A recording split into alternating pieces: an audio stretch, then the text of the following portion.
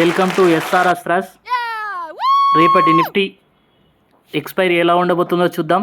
కొద్దిగా gap up open అయ్యి 23,230 దగ్గర సపోర్ట్ తీసుకుంటే మనం బయింగ్ సైడ్ చూడొచ్చు.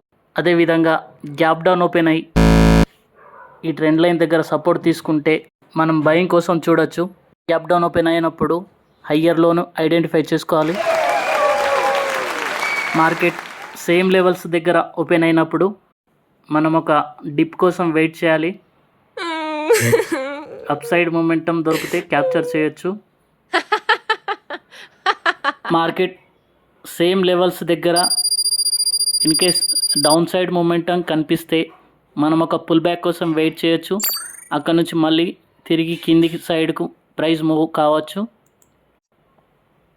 ఈరోజు మార్కెట్ మొత్తం ఇన్సైడ్ బార్ క్రియేట్ చేసింది.